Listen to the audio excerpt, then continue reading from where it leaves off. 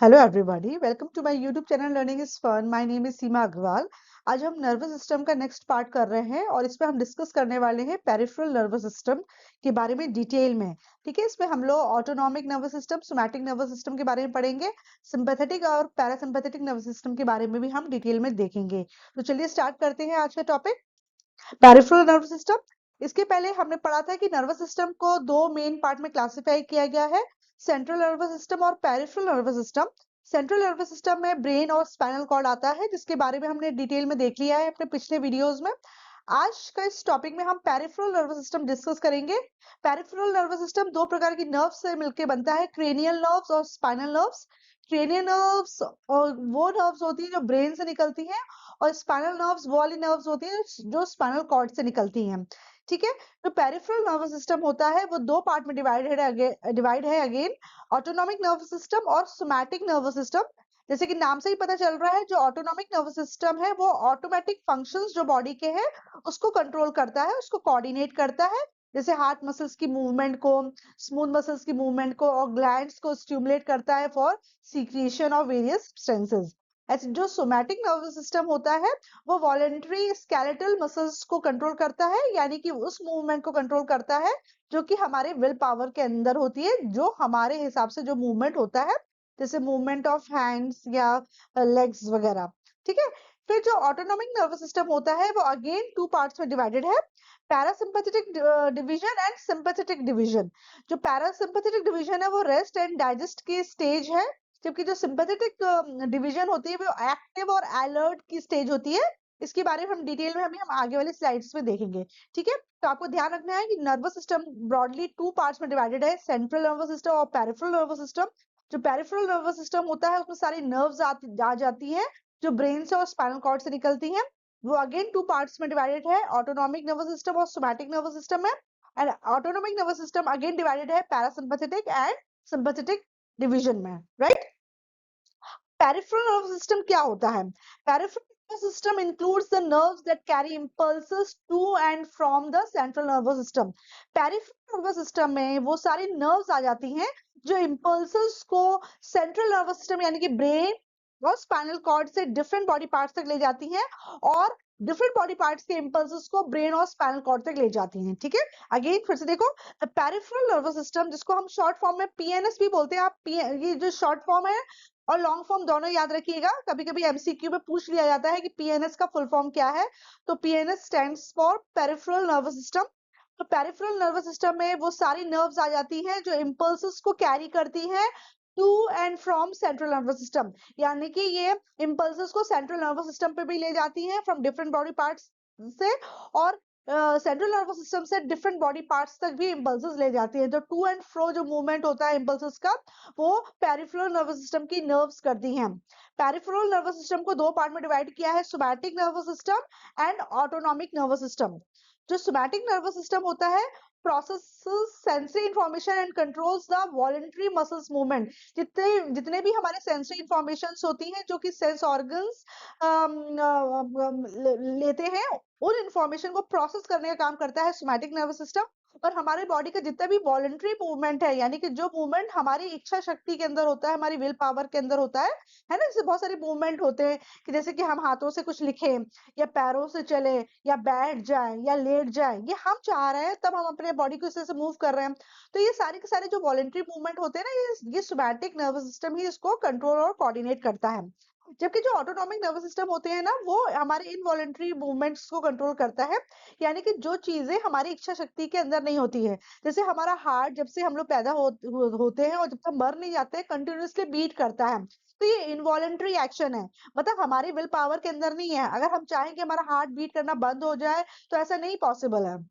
जब तक आप जिंदा रहते हैं तब तक आपका हार्ट बीट करता रहता है, और ये इनवॉलेंट्री एक्शन के अंदर आ गया तो इस इनवॉलेंट्री एक्शन को कौन कंट्रोल करता है? Autonomic nervous system. ऐसे ही आपका डाइजेशन ऑफ फूड हो गया, है ना, या एक्सक्रीशन का प्रोसेस चल रहा है, या अंदर बहुत सारे तुम्हारे रिपेयर और मेंटेनेंस के वर्क चल रहे होते हैं, वो सारे इनवॉलेंट्री वर्क होते हैं जो कि ऑटोनॉमिक नर्वस सिस्टम कंट्रोल करता है। उसमें हमारा विल पावर का कोई रोल नहीं होता है। जो ऑटोनॉमिक नर्वस सिस्टम होता है, जैसे मैंने बताया, ये सिंपैथेटिक नर्वस सिस्टम और पैरासिम्पैथेटिक नर्वस सिस्टम में डिवाइडेड रहता है। सिंपैथेटिक नर्वस सिस्टम हमारी बॉडी को फाइट और फ्लाइट की सिचुएशन के लिए तैयार करता है। ये क्या होता है हम आगे डिस्कस करने वाले हैं। और पैरासिम्पैथेटिक सिस्टम क्या करता है, हमारी बॉडी को रेस्ट और डाइजेस्ट की पोजीशन में लाता है। यानी कि जब स्ट्रेसफुल सिचुएशन ओवर हो जाती है तो हमारी बॉडी को नॉर्मलाइज करने का ये काम करता है। तो हमको ये देखना है कि जो पेरिफेरल सिस्टम है, पेरिफेरल नर्वस सिस्टम है, वो उन नर्व से मिलकर बनी है जो कि इंपल्सेस को to and from central nervous system ले जाते हैं। और सेंट्रल नर्वस सिस्टम में कौन से हिस्से आता है, ब्रेन और स्पाइनल कॉर्ड। ठीक है, और इसको हमने somatic and autonomic nervous system में डिवाइड किया है। जो सोमैटिक नर्वस सिस्टम है वो वॉलंटरी मूवमेंट्स को कंट्रोल करती है या वॉलंटरी एक्शंस को कंट्रोल करती है, जबकि जो ऑटोनॉमिक नर्वस सिस्टम होता है वो इनवॉलंटरी एक्शंस को कंट्रोल करती है। सोमैटिक नर्वस सिस्टम को हम एसएनएस भी बोलते हैं। तो somatic nervous system is a part of the peripheral nervous system that controls voluntary movement of the body. याद रखो, सोमैटिक नर्वस सिस्टम वो हिस्सा है पेरिफेरल नर्वस सिस्टम का जो हमारे वॉलंटरी मूवमेंट को कंट्रोल करता है। यानी कि जो मूवमेंट हम चाहते हैं और होते हैं, तो उन मूवमेंट को कंट्रोल करने की जिम्मेदारी सोमैटिक नर्वस सिस्टम की होती है। It is also known as voluntary nervous system, इसलिए हम सोमैटिक नर्वस सिस्टम को वॉलंटरी नर्वस सिस्टम भी बोलते हैं, बिकॉज ये वॉलंटरी मूवमेंट्स को कंट्रोल करता है। जो सोमैटिक नर्वस सिस्टम होते हैं, it sends information from the body to the brain. क्या करता है सोमैटिक नर्वस सिस्टम, जितनी भी इंफॉर्मेशन बॉडी ने कलेक्ट करी है उसको ब्रेन तक पहुंचाता है थ्रू सेंसरी न्यूरॉन्स। उस इंफॉर्मेशन के बेसिस पे ब्रेन कुछ एक्शन लेता है और कुछ कमांड देता है जो कि मसल्स तक पहुंचती है। तो सोमैटिक नर्वस सिस्टम का ये वाला भी काम है। It sends motor commands from the brain to the muscles, मतलब ब्रेन तक इंफॉर्मेशन भी पहुंचाने का काम सोमैटिक नर्वस सिस्टम का है, ब्रेन से मसल्स तक इंफॉर्मेशन पहुंचाने का काम भी सोमैटिक नर्वस सिस्टम का आता है। बेस्ड ऑन द इंफॉर्मेशन, जो भी इंफॉर्मेशन वो सेंसरी इंपल्सेस के द्वारा मिलती है, उसके हिसाब से वो कुछ डिसाइड करता है, कुछ एक्शन लेने के लिए बॉडी को कहता है, तो वो मोटर न्यूरॉन्स के द्वारा वो पहुंचाता है मसल्स को या ग्लैंड्स को। तो ये जो प्रोसेस है कौन कंट्रोल करता है, सोमैटिक नर्वस सिस्टम। ठीक है, the somatic nervous system is responsible for the reflex arc which allows the body to perform reflexive actions। बहुत सारे ऐसे क्विक एक्शंस होते हैं, हमारा क्विक रिस्पॉन्स मैकेनिज्म होता है जिसको हम रिफ्लेक्सिव एक्शंस या रिफ्लेक्स एक्शंस कहते हैं, उसको भी कंट्रोल करता है ये तुम्हारा सोमैटिक नर्वस सिस्टम, उसके लिए भी रिस्पॉन्सिबल होता है। रिफ्लेक्स एक्शन के बारे में हम डिटेल में अपने नेक्स्ट वीडियो में देखेंगे, जहां पे मैं आपको इस वाले फंक्शन को बहुत अच्छे डिटेल में एक्सप्लेन करूंगी। इसमें बताऊंगी कि रिफ्लेक्स एक्शंस क्या होते हैं, रिफ्लेक्स आर्क क्या होता है और किस तरीके से ये मैकेनिज्म वर्क करता है। ठीक है, The SNS is made up of afferent यानी सेंसरी एंड इफरेंट यानी कि मोटर नर्व्स। जो तुम्हारा सोमैटिक नर्वस सिस्टम होता है वो सेंसरी और मोटर नर्व्स दोनों से मिलके बनता है। सेंसरी नर्व्स को हम एफरेंट नर्व्स भी बोलते हैं और मोटर नर्व्स को हम इफरेंट भी बोलते हैं। दोनों नाम याद रखा करो क्योंकि एमसीक्यूज में इसी तरीके से घुमा के क्वेश्चंस पूछ लेते हैं, तो इसमें हर एक वर्ड इंपॉर्टेंट होता है। The somatic nervous system controls the movements of the arms, legs and other body parts। जैसे मैंने कहा कि जो सोमैटिक नर्वस सिस्टम होता है वो वॉलंटरी मूवमेंट को कंट्रोल करता है। और वॉलंटरी मूवमेंट्स कहाँ होते हैं, हमारे आर्म्स में होते हैं, लेग्स में होते हैं या अदर बॉडी पार्ट्स में होते हैं। राइट, जैसे हमको खाना खाना है तो मुंह खोलना है, राइट, तो हमने सोचा कि हमको मुंह खोलना है, तो ये वाला जो वॉलंटरी एक्शन हो गया ना, ये कौन कंट्रोल कर रहा होगा, सोमैटिक नर्वस सिस्टम। उसी तरीके से हाथ से लिखना है या हम चाह रहे हैं मुंह से बोलना, मुंह से बोल रहे हैं, तो ये वॉलंटरी एक्शन है और ये कौन कंट्रोल कर रहा है, आपका सोमैटिक नर्वस सिस्टम। जो सोमैटिक नर्वस सिस्टम होता है वो दो प्रकार की नर्व से मिलकर बनता है, क्रेनियल नर्व्स और स्पाइनल नर्व्स। देखो, क्रेनियल नर्व्स जो ब्रेन से निकलती है, आपको पता है ना ब्रेन क्रेनियम में प्रोटेक्टेड रहता है, वहीं से वर्ड आया क्रेनियल। जो नर्व्स ब्रेन से निकलती है उनको क्रेनियल नर्व्स कहते हैं। और जो नर्व्स आपके स्पाइनल कॉर्ड से निकलती है यानी कि रीढ़ की हड्डी से निकलती है, रीढ़ की हड्डी के बाद जो स्पाइनल कॉर्ड होता है वहां से निकलती है, उसको स्पाइनल नर्व हम कहते हैं। The somatic nervous system includes cranial nerves which send information to the brain stem। जो cranial nerves होती है वो information brain stem तक ले जाती है।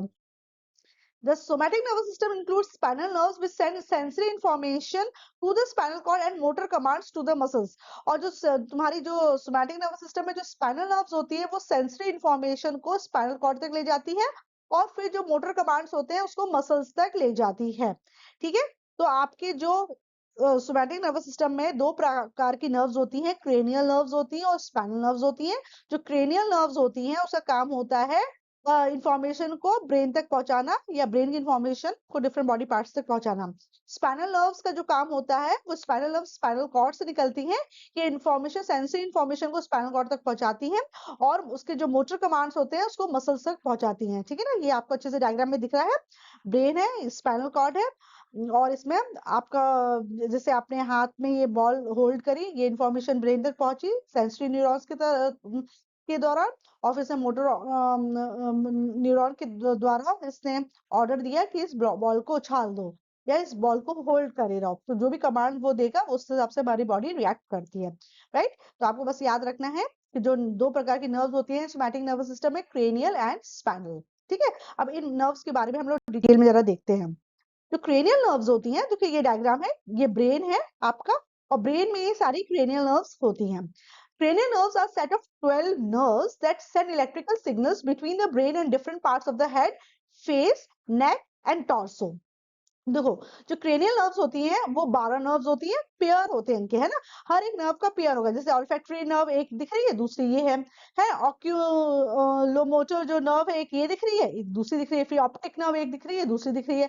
तो हर नर्व का पेयर होता है और करीब कितनी 12 पेयर्स होते हैं तुम्हारे क्रेनियल नर्व्स के।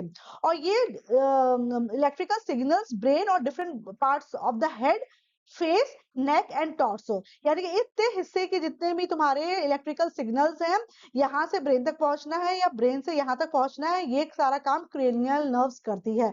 मतलब नेक के ऊपर वाला रीजन, और टॉर्सो भी कवर हो जाता है, टॉर्सो यानी कि chest portion. Right, these signals helps to see, smell, taste, hear and move your facial muscles.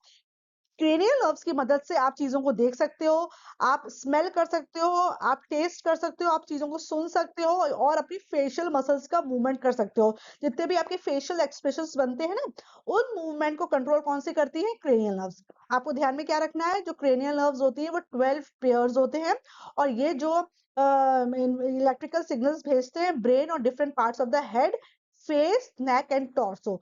Different part of the body नहीं लिखा है इसमें, स्पेशली उन्होंने स्पेसिफिकली पार्ट्स मेंशन करे हैं कि कहाँ कहाँ, हेड में, face, neck and torso. Right, और ये सिग्नल्स हमको मदद करते हैं चीजों को देखने में, स्मेल करने में, टेस्ट करने में, सुनने में और हमारी फेशियल मसल्स को मूव करने में। जो क्रेनियल नर्व्स होती हैं वो हमारे ब्रेन के बैक से निकलती हैं। Cranial nerves begin toward the back of the brain. देख रहे हो ना, ये डायग्राम में बैक ब्रेन का पीछे वाला हिस्सा दिखा रहे हैं और यहाँ से आपकी क्रेनियल नर्व्स दिख रही है। पूरे नंबर लिखे 1 2 3 4 5 6 7 8 9 और 10 11 12। ठीक है, पूरे 12 आपकी क्रेनियल नर्व्स होती हैं, पूरी अच्छे से दिख रही है इस डायग्राम में। तो हमारे ब्रेन के पिछले हिस्से से निकलती है। दे आर की part of the centre of the nervous system. Nervous system का बहुत अहम हिस्सा होते हैं क्रेनियल नर्व्स। जो क्रेनियल नर्व्स होते हैं वो कुछ फंक्शंस क्या होते हैं, कुछ नहीं, दो जो क्रेनियल नर्व्स होती है वो तीनों प्रकार की होती हैं। सेंसरी भी हो सकती है, मोटर भी हो सकती है और मिक्स्ड भी हो सकती है। जो सेंसरी क्रेनियल नर्व्स होती है उसमें सेंसरी न्यूरॉन्स होते हैं, जैसे कि ऑल्फैक्टरी नर्व हो गई है ना, जो कि नोज में प्रेजेंट रहती है, जो कि हमको स्मेल करने में हेल्प करती है। या ऑप्टिक नर्व हो गई जो कि आईज में होती है, जो हमको देखने में सेंस ऑफ विजन प्रोवाइड करती है। या ऑडिटरी नर्व हो गई जो कि ईयर्स में प्रेजेंट रहती है और जो कि हमको सुनने में, हियरिंग में हेल्प करती है। तो ये सेंसरी इंफॉर्मेशन को कलेक्ट करती है और ब्रेन तक पहुंचाती है। तो जो तुम्हारी क्रेनियल नर्व है वो सेंसरी भी हो सकती है, मोटर भी हो सकती है।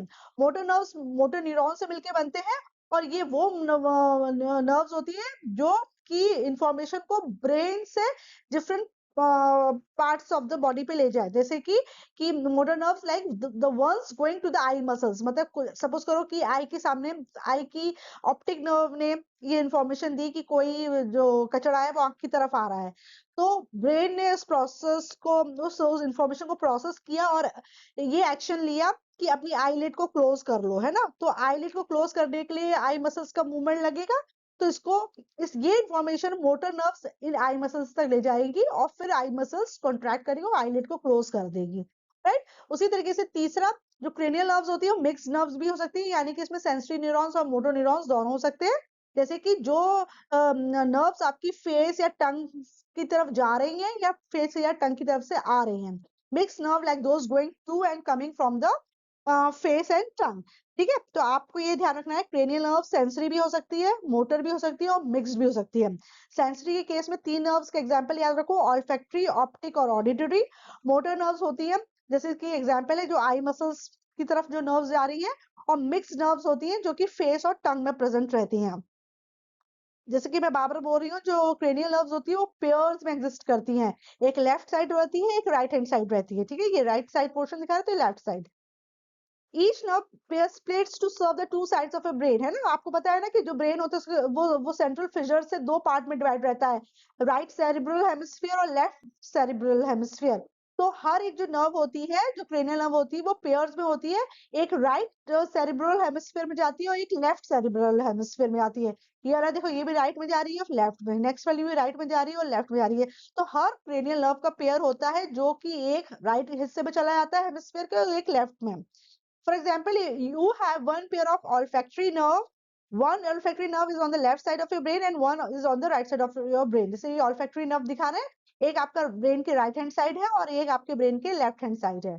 ठीक है, जो क्या फंक्शंस करती हैं तुम्हारी क्रेनियल नर्व्स कुछ सेंसरी फंक्शंस करती है, जैसे ये transmit information about touch, smell, taste, hearing and vision. मतलब ये जो सेंसरी इंफॉर्मेशन है इसको ब्रेन तक पहुंचाने का काम करती हैं क्रेनियल नर्व्स। दूसरा, कुछ मोटर इंफॉर्मेशन भी ट्रांसफर करती है जो ब्रेन से आता है। It control muscles in the face, neck and other parts of the body. ठीक है, इन बॉडी के इस हिस्से की जो मसल्स है उसे कंट्रोल करती हैं मोटर क्रेनियल नर्व्स। और जो ग्लैंडुलर नर्व्स होती हैं वो regulates glands in the mouth, nose and other part of the body. Secretion होता है, सलाइवा सीक्रेट हो रहा है या नोज में म्यूकस सीक्रेट हो रहा है, तो ये सब चीजें भी आपकी क्रेनियल नर्व्स वो करती है कंट्रोल। तो आप कह सकते हैं इसके जो फंक्शन होते हैं वो 3 प्रकार के होते हैं क्रेनियल नर्व्स के, सेंसरी, मोटर और ग्लैंडुलर। नाउ अब हमने इन्हीं 12 जो आपकी पेयर्स है क्रेनियल नर्व्स के, उसको एक एक करके हम लोग डिस्कस कर लेते हैं ताकि आपको क्लियर रहे।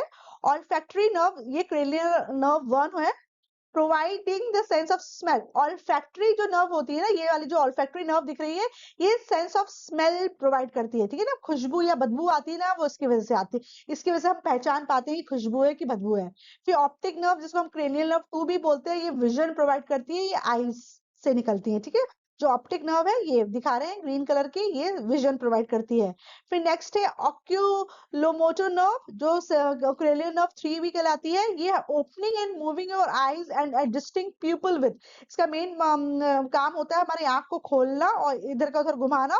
और प्यूपल, हम जैसे हम रोशनी से अंधेरे में आए, अंधेरे से रोशनी में आए, तो हमारा प्यूपल बड़ा और छोटा होता है ना, तो उसको भी, उसका साइज भी जो चेंज करती है वो ऑक्यूलोमोटर नर्व ही उसको कंट्रोल करती है। फिर नेक्स्ट है ट्रोक्लियर नर्व, जिसको हम क्रेनियल नर्व 4 भी करते हैं। ये यहाँ पे दिखा रहे हैं ट्रोक्लियर नर्व, ये वाली जो पर्पल कलर की दिखा रहे हैं, और ये हेल्प करती है looking down and moving your eyes towards your nose और अवे फ्रॉम इट। ठीक है ना, नाक की तरफ देखना और दूर देखना, वो उसमें हेल्प करती है। जो ट्राइजेमिनल नर्व होती है, provide sensation in your eyes, most of your face and inside your mouth. आपके आईज में सेंसेशन क्रिएट करती है, आपके फेस और माउथ में जो भी सेंसेशन होते हैं वो उसके लिए ये रिस्पॉन्सिबल होती है, ये वाली नर्व, जिसको हम ट्राइजेमिनल नर्व कहते हैं। ठीक है, और ये इस डायग्राम में देखो ट्राइजेमिनल नर्व है ये वाली। ठीक है, ये जो ये 3 दिख रहे हैं, 3 इसके पार्ट्स दिख रहे हैं, ये ब्लू कलर की, ये ट्राइजेमिनल नर्व है, और ये हमको अलाउ करती है फूड को च्यू करने में भी। राइट, नेक्स्ट है एब्ड्यूसन्स नर्व, जिसको हम क्रेनियल नर्व 6 कहते हैं, जो हमारे आईज को लेफ्ट और राइट में मूव करने में मदद करती है। ये वाली दिखा रहे हैं एब्ड्यूशन। ठीक है, ये पर्पल। नेक्स्ट है हमारी फेशियल नर्व, जिसको क्रेनियल नर्व 7 कहते हैं, controlling several facial muscles to make facial expression. ये हमारी फेस की मसल्स को कंट्रोल करती है और हमारे फेशियल एक्सप्रेशन बनाने में मदद करती है, और हमारी टंग को सेंस ऑफ टेस्ट प्रोवाइड करती है। ठीक है ना, कुछ भी हम खाते हैं तो इसमें जो टेस्ट आता है ना, उसके लिए आपकी ये फेशियल नर्व रिस्पॉन्सिबल होती है। वेस्टिबल कॉक्लियर नर्व जो होती है, जिस क्रेनियल नर्व 8 है, ये प्रोवाइड करती है सेंस ऑफ हियरिंग और बैलेंस, दोनों को करती है। ये वाली जो पिंक कलर की दिख रही है, ये आपके सेंस ऑफ हियरिंग और बैलेंस दोनों को कंट्रोल करती है। ग्लॉसोफैरिंजियल नर्व जो होती है, providing taste sensation to part of a tongue and controlling muscles for swallowing। ये तो एक तो टंग में टेस्ट के सेंसेशन को भी कंट्रोल करती है थोड़े हिस्से में, और हमको सॉलो करने में, खाने को अंदर लेने में भी मदद करती है, गुटकने में भी। It also has parasympathetic nerve fibers that play a role in blood pressure regulation and saliva production। और ये हमारे पैरासिम्पैथेटिक नर्व फाइबर्स इसमें होते हैं, और ये इसका काम है ब्लड प्रेशर को रेगुलेट करना और सलाइवा के प्रोडक्शन को रेगुलेट करना। ठीक है, तो ये दिख रही है आपको ग्लॉसोफेरेंजियल नर्व। वेगस नर्व सबसे इंपॉर्टेंट नर्व होती है आपकी, सबसे इंपॉर्टेंट क्रेनियल नर्व और सबसे लॉन्गेस्ट क्रेनियल नर्व होती है vagus nerve. Regulate several automatic bodily process including your digestion, blood pressure, heart rate, breathing, mood, saliva production and more। इतने सारे functions को ये regulate करती है। ठीक है, तो vagus nerve it is the main nerve of your parasympathetic nervous system. Parasympathetic nervous system का मेन नर्व होती है वेगस, ये क्वेश्चन पूछ सकते हैं। The longest cranial nerve is your vagus nerve. सबसे लंबी भी क्रेनियल नर्व कौन सी होती है? वेगस ही होती है। It runs from your brain to large intestine. Brain से लार्ज इंटेस्टाइन तक ये रन करती है। ठीक है, तो ये यहाँ पे दिखा रहा है डायग्राम में वेगस नर्व, और इसको आप एनलार्ज फॉर्म में देखिएगा तो आपको समझ में आ जाएगा। जो एक्सेसरी नर्व या स्पाइनल एक्सेसरी नर्व होती है, जिसको क्रेनियल नर्व 11 कहते हैं, control shoulder and neck movement. हमारे शोल्डर और नेक का मूवमेंट ये कंट्रोल करती है। और 12th है hypoglossal nerve, control tongue movement which plays role in speaking, eating and swallowing. ये टंग के मूवमेंट को हेल्प करती है, जो कंट्रोल करती है, जिससे हम बोल पाते हैं, खा पाते हैं और सॉलो कर पाते हैं। ठीक है, हालांकि आपके 10th में इतने डिटेल में तो नहीं दिया है, लेकिन फिर भी एक बार समझने के लिए हमने इसको डिस्कस कर लिया है कि कौन कौन सी जो 12 नर्व्स होती हैं उनके क्या क्या फंक्शन होते हैं। ठीक है, कुछ कुछ तो नाम से पता चल जाता है कि इसका ये फंक्शन होगा, हम गेस कर सकते हैं, और कुछ का नहीं पता चलता है, तो वो हमने इसको डिटेल में डिस्कस कर लिया।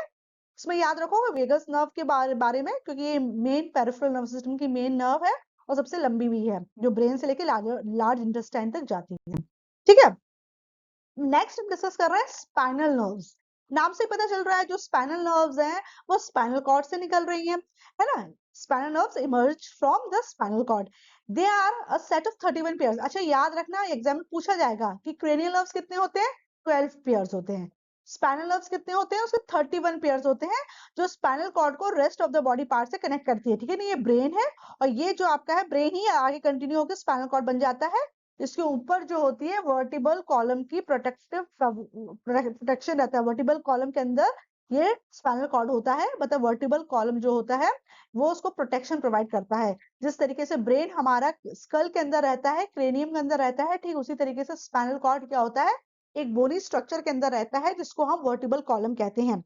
तो स्पाइनल कॉर्ड से निकलने वाली जो नर्व होती है वो स्पाइनल नर्व्स कहलाती है, और ये भी 31 पेयर्स होती हैं। मतलब एक लेफ्ट साइड निकलेगी, एक राइट साइड निकलेगी, फिर लेफ्ट साइड और राइट साइड। ठीक है, जो तुम्हारी ये नर्व है ना, जो स्पाइनल नर्व है, वो सर्वाइकल स्पाइन, थोरैसिक एरिया ये होता है। याद रखो, देखो ये नेक रीजन वाला जो एरिया होता है ना, वो सर्वाइकल कहलाता है। बहुत पूछते हैं सर्वाइकल में पेन है, ये सर्वाइकल कैंसर बहुत सुनने में आता है। तो सर्वाइकल कौन सा हिस्सा होता है? ये नेक रीजन वाला होता है। फिर थोरैसिक रीजन यहाँ से यहाँ तक। लंबर रीजन आपका ये वाला दिखा रहा है, सैक्रम ये दिखा रहा है, कॉसिक जो है वो लास्ट वाला टेल, जो टिप होता है ना टेल बोन का, वो सैक्रल जो सैक्रल है पोजीशन, वो ये वाली है। ठीक है ना, लंबर वाली ये होती है, लंबर यहाँ से यहाँ तक होती है, और तुम्हारी थोरैसिक ये होती है, सर्वाइकल ये होती है। जो स्पाइनल नर्व होती है ना, वो इन 5 रीजन्स में डिवाइडेड रहती है, cervical, thoracic, lumbar, sacrum and cosec. तो ये डायग्राम से आप समझ सकते हो किस हिस्से को क्या बोलते हैं हम।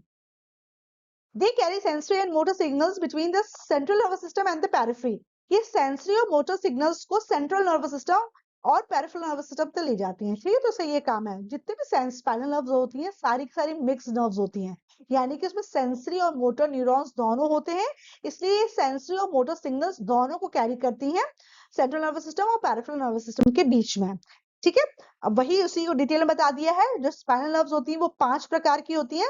जो सर्वाइकल नर्व्स हैं वो C1 से C8 होती हैं, 8 पेयर्स हैं, और ये नेक रीजन में पाई जाती है। दिख रही है ना, नेक रीजन में पाई जा रही है, नेक रीजन में पाई जा रही है। जो थोरैसिक नर्व होती है उसको T1 से T12 कहते हैं, यानी कि 12 पेयर्स होते हैं। थोरैक्स रीजन पाई जाती है। थोरैक्स रीजन क्या होता है? चेस्ट रीजन तक, है ना, up to the chest reason.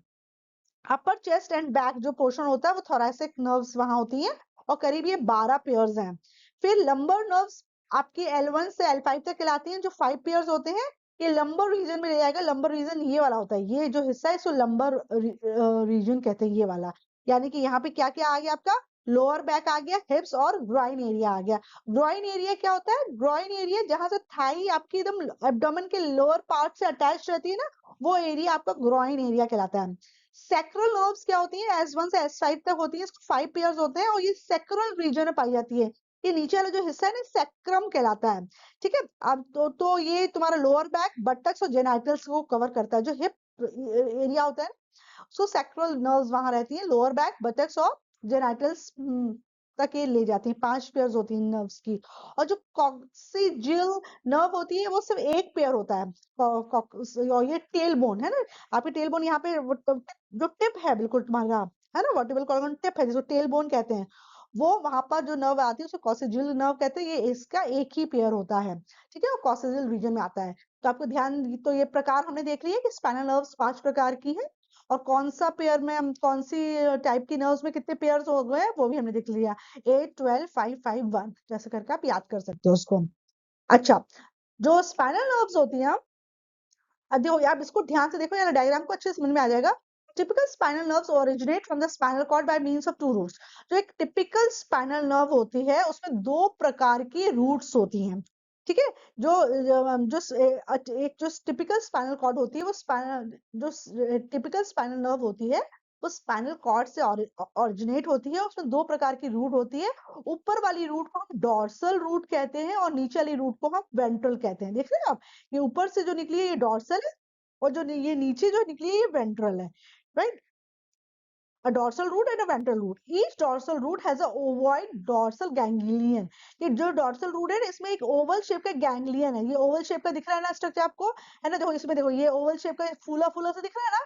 तो हर dorsal root में एक oval shape का ganglion होता है। ठीक है, ganglion क्या होता है, यहाँ पे clusters of nerve cells होते हैं।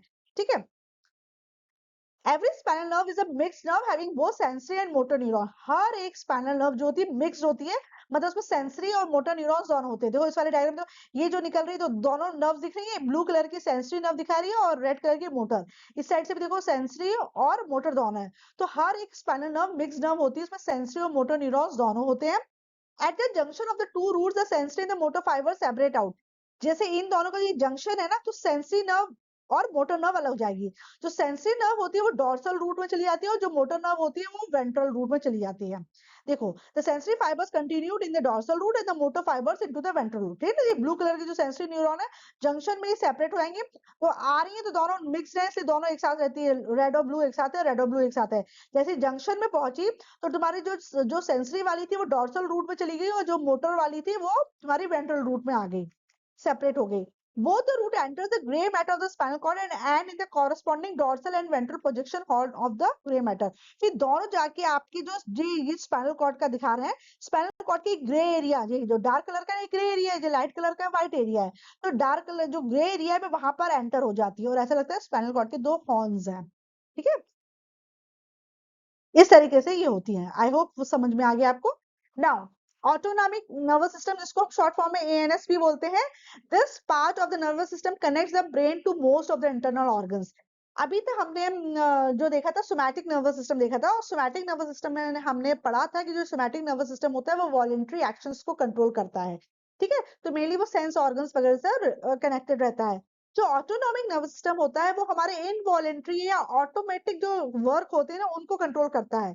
तो हमारे अधिकतर जो इंटरनल ऑर्गन्स हैं उसमें जो एक्शंस होते हैं वो इनवॉलेंट्री एक्शंस होते हैं। तो वो सारे इनवॉलेंट्री एक्शंस को कंट्रोल और कोऑर्डिनेट कौन करता है, ऑटोनॉमिक नर्वस सिस्टम। मतलब जैसे आपकी बॉडी के अंदर आपका फूड का डाइजेशन हो रहा है, या एक्सक्रीशन का प्रोसेस हो रहा है, या एंडोक्राइन ग्लैंड्स हार्मोन्स रिलीज कर रही है, या टेम्परेचर रेगुलेट हो रहा है, कुछ भी हो रहा है अंदर का, जितने भी आपके जो इंटरनल ऑर्गन जो फंक्शन परफॉर्म कर रही है उसको कौन कंट्रोल करता है, उसको ऑटोनॉमिक नर्वस सिस्टम कंट्रोल करता है। This part of the nervous system connects the brain to most of the internal organs. अंदरूनी जितने भी ऑर्गन्स हैं अधिकतर ऑर्गन से आपको कनेक्ट करता है ब्रेन को। ठीक है, ऑटोनॉमिक नर्वस सिस्टम जैसे आई की प्यूपल से, सलाइवरी ग्लैंड से, आपकी ट्रैकिया से, आपके हार्ट से, स्टमक से, इंटेस्टाइन से, ब्लैडर से और रिप्रोडक्टिव ऑर्गन से। The autonomic nervous system is a component of the peripheral nervous system that regulates involuntary physiologic process including heart rate, blood pressure, respiration, digestion and sexual arousal. जितने भी autonomic nervous system, जो autonomic nervous system है वो peripheral nervous system का हिस्सा है। ये सारे इनवॉलेंट्री फिजियोलॉजिक प्रोसेस को कंट्रोल करता है। फॉर एग्जाम्पल हमारी हार्ट रेट कब बढ़ती है, कभी घटती है, कभी कभी बहुत तेज हमारा हार्ट रेट हो जाती है, कभी नॉर्मल रहती है। तो इसको कौन कंट्रोल कर रहा है? Autonomic nervous system. हमारा ब्लड प्रेशर जो भी मेंटेन होता है, जो रेंज है हमारी 80 से 120 तक, ये कौन मेंटेन करता है? Autonomic nervous system. रेस्पिरेशन हो रहा है ऑटोमेटिकली, हमको पता ही नहीं चल रहा है कि हम ब्रीद इन ब्रीद आउट कर रहे हैं, या हमारा ऑक्सीडेशन ऑफ फूड हो रहा है, एनर्जी रिलीज हो रही है, ये सब हमें पता ही नहीं चल रहा है ना। ये सारा ऑटोनॉमिक नर्वस सिस्टम कंट्रोल करता है। हमने खाना खा लिया यहाँ तक तो ठीक है, वो खाना कैसे डाइजेस्ट हो रहा है, उससे किस तरह से फूड एब्जॉर्ब हो रहा है, एसिमिलेट हो रहा है, वो सारा ऑटोनॉमिक नर्वस सिस्टम देखता है। और जो भी सेक्सुअल अराउजल होते हैं वो भी ऑटोनॉमिक नर्वस सिस्टम ही कंट्रोल करता है। The autonomic nervous system is always active even when we are asleep, and it's key to our continued survival. हम चाहे जाग रहे हो चाहे सो रहे हो, ये सारे काम बॉडी में हमारे लगातार होते रहते हैं। और ऑटोनॉमिक सिस्टम जो नर्वस सिस्टम है हमेशा एक्टिव रहता है। भाई सोमैटिक नर्वस सिस्टम तो तब एक्टिव रहता है जब हम जागते हैं, जब हम कॉन्शियस रहते हैं, तभी तो हमारी सेंसेस, 5 सेंसेस वर्क कर रहे हैं। लेकिन जब हम सो भी रहे हैं तब भी ये ऑटोनॉमिक नर्वस सिस्टम चलता रहता है, यानी कि ये हमेशा एक्टिव रहता है और ऑटोमेटिकली सारे काम हमारी बॉडी के करता रहता है। अब ये जो ऑटोनॉमिक नर्वस सिस्टम है 2 पार्ट में डिवाइडेड है, पैरासिम्पैथेटिक और सिंपैथेटिक में, और वो दिखा रहे हैं इस डायग्राम में किस तरीके से अलग अलग फंक्शंस को परफॉर्म करता है। तो जैसे मैंने बोला कि ऑटोनॉमिक नर्वस सिस्टम के 2 पार्ट्स हैं, sympathetic and parasympathetic. The autonomic nervous system consists of pair of chains of nerves and ganglia on either side of the backbone.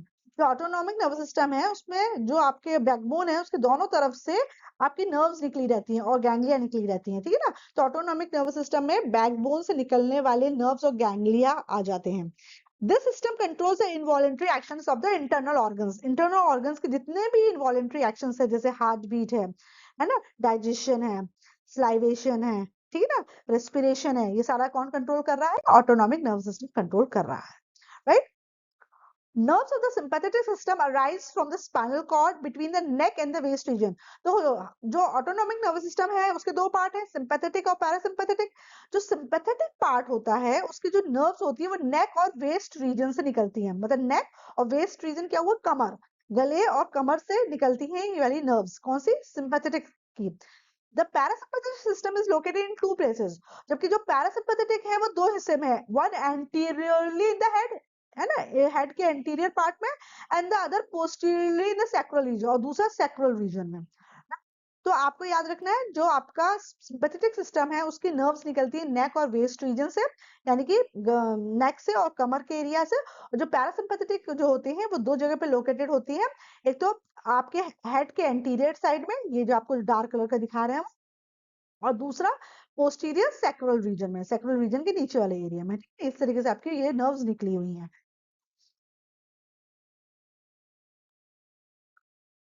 that these 2 parts in general are opposite to each other. जो sympathetic nervous system होता है और parasympathetic nervous system होता है, इनके जो functions होते हैं opposite होते हैं। ठीक है, हमने देखा जो autonomic nervous system है उसके 2 हिस्से हैं, sympathetic और parasympathetic। sympathetic और parasympathetic जो actions होते हैं ना वो opposite होते हैं। The sympathetic nervous system prepares the body for violent actions against abnormal condition। देखो जब भी कोई abnormal condition होती है या stressful condition होती है तो उसके लिए बॉडी को प्रिपेयर करता है सिंपैथेटिक नर्वस सिस्टम। लेकिन एक बार वो स्ट्रेसफुल कंडीशन ओवर हो जाती है तो बॉडी को दोबारा नॉर्मलाइज कौन करता है? Parasympathetic system. इसको एक एग्जांपल समझो, समझो कि आपको कुत्ते से डर लगता है और आपके सामने कुत्ता आ गया और वो भौंक रहा है, यानी कि आपके लिए एक स्ट्रेसफुल सिचुएशन आ गई। तो अब क्या होगा? आपका हार्ट रेट बढ़ जाएगा, आपको पसीना आने लगेगा, आपका हार्ट बीट धक धक धक धक से होने लगेगा, ठीक है ना, मुंह सूखने लगेगा। तो ये सारी जो जो चेंजेस आपकी बॉडी में हो रहे हैं वो किसकी वजह से हो रहा है? Sympathetic nervous system. और आप सोचोगे या तो कुत्ते से हम लड़ जाएं, फाइट करें, या हम भाग जाएं, तो यानी कि फ्लाइट करें। तो फाइट और फ्लाइट सिचुएशन के लिए तैयार करता है आपको सिंपैथेटिक। या तो आपने फिर फाइट किया या फ्लाइट फाइट किया और कुत्ता आपसे डर के भाग गया, ठीक है, या आप डर के कुत्ते से भाग गए, ठीक है। यानी कि दोनों ही केसेस में जो स्ट्रेसफुल कंडीशन है उसको अवॉइड कर दिया आपने। थोड़ी देर बाद जब कुत्ता उस सीन से गायब हो गया, कुत्ता अब नहीं है, तो अब क्या होगा? अब आपकी बॉडी दोबारा नॉर्मल हो जाएगी। मतलब अब आपकी हार्ट रेट नॉर्मल हो जाएगी, आपका जो मुंह सूख रहा था वो ठीक हो जाएगा, आपको जो पसीना आ रहा था वो भी नॉर्मल हो जाएगा।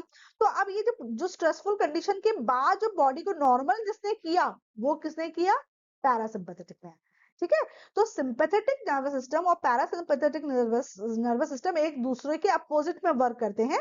जब भी कोई स्ट्रेसफुल सिचुएशन होती है, जैसे एग्जाम, जब हम पेपर देने जाते हैं तो हम स्ट्रेस में रहते हैं, है ना? तब हमारा जी धक धक धक धक होता है, बार बार हमको ऐसा लगता है पॉटी आ रही है, बार बार ऐसा लगता है शिशु जाना है, या पानी प्यास लगती है बार बार, या नर्वसनेस होता है। तो वो सब किसकी वजह से होता है? सिंपैथेटिक नर्वस सिस्टम ये चेंजेस कर रहा होता है हमारी बॉडी में, है ना? जैसे कि हाँ, और एक बार हम पेपर दे जाते हैं, क्वेश्चन पेपर हम पढ़ लेते हैं, अरे इजी है, मुझे तो सब आता है। तो वो जो आपको जो दुख दुख दुख दुख हो रहा होता है, जो आपको पसीना आ रहा होता है, वो अपने आप से नॉर्मल होने लगता है। तो अब इस आपको बॉडी को नॉर्मल कौन कर रहा होता है? आपकी पैरासिम्पैथेटिक सिस्टम, है ना? देखो देखो देखो डायग्राम में भी दिखाई दे रहा है। जैसे जब स्ट्रेसफुल कंडीशन होती है तो आपकी जो आंखों की जो प्यूपिल होता है ना, वो बड़ा बड़ा हो जाता है। जब नॉर्मल होते हो तो आपका प्यूपिल नॉर्मल साइज में कॉन्स्ट्रिक्ट रहता है ना? जब नर्वस होते हो तो आपका मुंह सूखता है और सलाइवा नहीं बनता है, इनहिबिट सलाइवेशन, यानी कि मुंह सूखने लगता है। जबकि आप नॉर्मल सिचुएशन में आपके मुंह में सलाइवा रहता है, आपका ड्राई माउथ नहीं होता है। जब आपका सिम्पैथेटिक होता है तो आपके ब्रोंकाई रिलैक्स रहते हैं, जबकि पैरासिम्पैथेटिक स्टेज में आपके जो ब्रोंकाई होते हैं वो कॉन्स्ट्रिक्ट रहते हैं, यानी कि सिकुड़े हुए रहते हैं। हार्ट बीट बढ़ जाती है जब स्ट्रेसफुल सिचुएशन होते हो। जब नॉर्मल होते हो तो आपके हार्ट बीट नॉर्मल रहती है, स्लो रहते हैं। ठीक है, आप जब नर्वस होते हो तो आपका डाइजेशन स्लो हो जाता है। ठीक है, जब आप नॉर्मल रिलैक्स होते हो तो आपका डाइजेशन प्रॉपर होता है। तो इस तरीके से आप देख रहे हो कि आपका सिंपैथेटिक और पैरासिम्पैथेटिक अपोजिटली वर्क करते हैं। इसमें सिंपैथेटिक रिस्पांस दिखाया है कि हार्ट बीट बढ़ जाता है, आपका जो blood nerves away from the digestive organ, जो आपका डाइजेस्टिव सिस्टम है स्लो हो जाता है, आपका हाथ कांपने लगता है, आपको स्वेटिंग होने लगती है, आपकी आंखों की जो प्यूपिल होता है वो बड़ा हो जाता है, आप ब्रीथ फास्ट ब्रीदिंग करने लगते हो। तो अपोजिट चीजें आप करने लगते हो। जो सिंपैथेटिक नर्वस सिस्टम होता है वो स्टिमुलेट होता है एड्रेनलिन नाम के हार्मोन से। और एड्रेनलिन हार्मोन कौन सीक्रेट करता है? आपकी किडनी के ऊपर एड्रेनल ग्लैंड्स होते हैं, ये इस हार्मोन को सीक्रेट करते हैं, जिसकी वजह से आपका सिंपैथेटिक नर्वस सिस्टम एक्टिवेट हो जाता है। जब भी कुछ खतरा हम देखते हैं, हमारी बॉडी जब भी कुछ खतरा महसूस करती है, तो हमारी किडनी के ऊपर जो एड्रेनल ग्लैंड होते हैं वो एड्रेनलिन नाम का हार्मोन रिलीज करते हैं। जैसे ही ये हार्मोन निकलता है, हमारा सिंपैथेटिक नर्वस सिस्टम एक्टिवेट हो जाता है और हमारी बॉडी को पता चल जाता है कि भाई स्ट्रेसफुल सिचुएशन है। तो स्ट्रेसफुल सिचुएशन के जितने भी सिम्टम्स होते हैं, यानी कि हार्ट बीट का तेज हो जाना, पसीना आने लगना, मुंह सूखना, दिल धुक धक धक धक करना, हाथ पैर कांपना, ये सब चीजें होना शुरू हो जाती हैं, क्योंकि आपका सिंपैथेटिक नर्वस सिस्टम एक्टिवेट हो जाता है। ठीक है, effects of the two parts of the autonomic nervous system. अब हम देखते हैं किस तरीके से पैरासिम्पैथेटिक और सिंपैथेटिक नर्वस सिस्टम में डिफरेंस आता है ना? जब वॉलेंट एक्शन यानी कि स्ट्रेसफुल सिचुएशन होती है, तुम्हारा हार्ट क्या करता है? एक्सेलरेट हार्ट बीट को तेज कर देता है। लेकिन जैसे ही तुम्हारा नॉर्मल सिचुएशन आती है, रिलैक्सेशन फेज में आते हो, आपका हार्ट बीट स्लो हो जाता है, रिटार्ड कर देता है। रिटार्ड यानी आपकी हार्ट बीट स्लो हो जाती है। सिंपैथेटिक सिस्टम आपकी ब्लड वेसल्स को कॉन्स्ट्रिक्ट कर देता है, जब except coronary vessels. Coronary vessels यानी कि जो वेसल्स हार्ट तक ब्लड ले जा रही हैं या ले रही हैं, वापस ला रही हैं, वो डायलेट हो जाती है, बाकी सारी ब्लड वेसल्स आपके सिकुड़ जाती हैं, यानी कि कॉन्स्ट्रिक्ट हो जाती हैं। जबकि पैरासिम्पैथेटिक सिस्टम में अपोजिट होता है, आपकी ब्लड वेसल डायलेट हो जाती हैं, जबकि अभी कोरोनरी वेसल्स सिकुड़ जाती हैं, कॉन्स्ट्रिक्टेड हो जाती हैं। सिंपैथेटिक सिस्टम में आपके जो लंग्स होते हैं वो डायलेट हो जाते हैं, dilates bronchi and bronchioles. Lungs में जो ब्रोंकाई और ब्रोंक्यूल्स होते हैं वो फैल जाते हैं, एक्सपैंड हो जाते हैं, उसको हम डायलेट कहते हैं। जबकि पैरासिम्पैथेटिक सिस्टम रिलैक्सेशन की स्टेज में हमारे ब्रोंकाई और ब्रोंक्यूल्स को कॉन्स्ट्रिक्ट यानी कॉन्ट्रैक्ट कर देते हैं। सिंपैथेटिक सिस्टम इंटेस्टाइन, जब सिंपैथेटिक सिस्टम में इंटेस्टाइन में पेरिस्टालसिस मूवमेंट डिक्रीज हो जाता है, जिसकी वजह से डाइजेशन का प्रोसेस स्लो हो जाता है। जबकि पेरिस्टालसिस मूवमेंट जानते हो ना, जो एलिमेंट्री जो कैनाल है ना, वो लगातार ऐसे कॉन्ट्रैक्ट और रिलैक्स होती है, जिससे ना इसको हम पेरिस्टालसिस मूवमेंट कहते हैं। रिदम में एक बार वो कॉन्ट्रैक्ट होगी, एक बार रिलैक्स होगी, एक बार कॉन्ट्रैक्ट होगी, एक बार रिलैक्स होगी। तो ऐसे करके ना जो खाना है ना, वो आपका धीरे धीरे आपका ईसोफेगस से स्टमक में, स्टमक से lower small intestine, small intestine से लार्ज इंटेस्टाइन में वो मूव करता है। इस मूवमेंट को हम पेरिस्टालसिस मूवमेंट कहते हैं। तो जब सिंपैथेटिक सिस्टम एक्टिवेट होता है, यानी कि आप स्ट्रेसफुल कंडीशन में होते हो, तो ये मूवमेंट स्लो हो जाता है, पेरिस्टालसिस मूवमेंट डिक्रीज हो जाता है, जिसकी वजह से डाइजेशन का प्रोसेस भी स्लो हो जाता है। जबकि नॉर्मल स्टेज में ये जो मूवमेंट होता है वो इंक्रीज हो जाता है और आपका डाइजेशन का स्पीड अप हो जाता है। यूरिनरी ब्लैडर में जो स्पिंस्टर्स मसल होती है, जो यहाँ यूरेथ्रा में एक मसल होती है जिसको स्पिंस्टर मसल कहते हैं, जो कॉन्ट्रैक्ट कर देती है और मसल्स रिलैक्स रहती हैं। जबकि नॉर्मल स्टेज में जब पैरासिम्पैथेटिक सिस्टम के केस में स्पिन सिस्टम रिलैक्स हो जाती है और मसल्स कॉन्ट्रैक्शन होता है और फीलिंग टू यूरिन, हमको ऐसा लगता है कि यूरिन हमको वॉशरूम जाना है, ठीक है। नॉर्मल हो जाता है फिर ऐसा लगता है कि वॉशरूम हो गया है, तब रिलैक्स फील करते हैं, राइट। जब आपका सिंपैथेटिक सिस्टम स्ट्रेसफुल सिचुएशन में है, आपके पीपल ऑफ द आई को डायलेट कर देता है, जबकि ये कॉन्स्ट्रिक्ट कर देता है पैरासिम्पैथेटिक। सलाइवरी ग्लैंड जो हो जाती है वो सलाइवा का सिक्रीशन को रिड्यूस कर देते हैं, यानी कि इनहिबिट कर देते हैं सिंपैथेटिक सिस्टम में, जिससे आपका मुंह सूखने लगता है। जबकि पैरासिम्पैथेटिक सिस्टम सलाइवा का प्रोडक्शन बढ़ा देता है और आपका मुंह सूखता नहीं है। सिंपैथेटिक सिस्टम आपके टीयर ग्लैंड को स्टिमुलेट कर देता है, आपको रोना आता है, आंसू निकलने लगते हैं। जबकि आपका जब नॉर्मल स्टेज में होते हो तो आपका जो लैक्रिमल ग्लैंड है या टीयर ग्लैंड है वो आप आंसू नहीं बनाते हो और आप नॉर्मल स्टेज में रोते नहीं हो। जबकि जब आपको स्ट्रेसफुल सिचुएशन आती है तो आपको एकदम से रोना आ जाता है, आपकी आंखों में आंसू आ जाते हैं। वो क्यों? क्योंकि आपका जो लैक्रिमल ग्लैंड है, जिसको हम टीयर ग्लैंड भी कहते हैं, वो एक्टिवेट हो जाता है, वो स्टिमुलेट हो जाता है। जो एरेक्टर या इरेक्टर ओलाई हेयर मसल्स है, आपके स्किन के जो बाल है वो खड़े हो जाते हैं, right. Stimulates contraction, hair raised हो जाते हैं। जबकि नॉर्मल केस में आपके जो हम हाथ पैर में जो रोम है वो नॉर्मल रहते हैं, फ्लैटेंड रहते हैं। पूरी बॉडी आपकी एक्शन के लिए प्रिपेयर हो जाती है, या तो मरो या भिड़ो या मरो, है ना। या आप तो फाइट करते हो या फ्लाइट करते हो, या अगर आप देख लो कि हम मजबूत हैं, सपोज करो कोई किसी लड़के से लड़ाई आपकी हो गई या किसी व्यक्ति से लड़ाई हो गई, अगर वो हट्टा कट्टा है ना, आपको लगेगा हम मैं इससे जीत नहीं पाऊंगा, तब तो आप फ्लाइट भागने में हम समझदारी समझोगे। और अगर आपको लगेगा अरे छोटा सा बच्चा है, हम उसको मार मोर के भगा देंगे, तो फिर आप उससे फाइट करोगे, है ना। तो हमारी बॉडी सामने की सिचुएशन को एनालाइज करते हुए प्रिपेयर हो जाती है कि हमको इससे फाइट करना है कि हमको भागना है, फ्लाइट करना है, राइट। और उसके बाद जब वो स्ट्रेसफुल सिचुएशन को निकल जाती है तो हमारी बॉडी को रिलैक्स कर देती है। तो देखा आपने, ये इसमें हमने बड़े डिटेल में देख लिया कि सिंपैथेटिक नर्वस सिस्टम में heart, blood vessel, lungs, intestine, urinary bladder और अदर पार्ट्स किस तरह से बिहेव करते हैं और पैरासिम्पैथेटिक में किस तरह से बिहेव करते हैं। इसमें बहुत सारे क्वेश्चंस बन सकते हैं, राइट। बहुत सारे एमसीक्यूज बन सकते हैं। इस चार्ट को बहुत अच्छे से प्रिपेयर करना। वो पूछ लेंगे कि तुम्हारा पैरासिम्पैथेटिक सिस्टम कैसा होता है, पैरासिम्पैथेटिक सिस्टम के वक्त पीपल ऑफ आई कैसा होता है, डायलेट या कॉन्स्ट्रिक्टेड, तो आपको बताना पड़ेगा कि नहीं कॉन्स्ट्रिक्टेड रहता है, ठीक है। उसी तरह से बॉडी कैसी रहती है, एक्शन के लिए तैयार रहती है और रिलैक्सेशन के लिए तैयार रहती है। तो इस तरीके से इसमें बहुत सारे एमसीक्यूज बन सकते हैं। इस चार्ट को अच्छे से डिटेल में डिस्कस कर देख लेना, तो आपको अच्छे से पता चल जाएगा कि किस वक्त किस तरीके से बॉडी बिहेव करती है या बॉडी ऑर्गन्स बिहेव करते हैं, राइट। कंपोनेंट्स कितने हैं नर्वस सिस्टम के, जो भी हमने अभी तक पढ़ा है उसको हम रिवाइज कर लेते हैं कि जो नर्वस सिस्टम होता है वो सेंट्रल नर्वस सिस्टम और पेरिफेरल नर्वस सिस्टम में डिवाइडेड है। सेंट्रल नर्वस सिस्टम में हमने देख लिया ब्रेन और स्पाइनल कॉर्ड में डिवाइडेड होता है।